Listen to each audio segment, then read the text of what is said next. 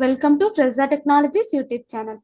In this video, we are going to see how to change the booking status in the NVOCC module in Fresa application. Initially, we have to log into Fresa application. After your successful login, this is how your dashboard looks. Now, go to the NVOCC module. Here, we have to select the booking list menu under the NVOCC module.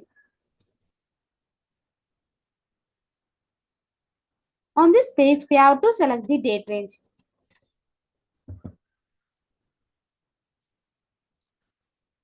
And also, we have to enter the required details. Then we have to click on the submit button. On this all booking status list page, we have to select the respective booking number.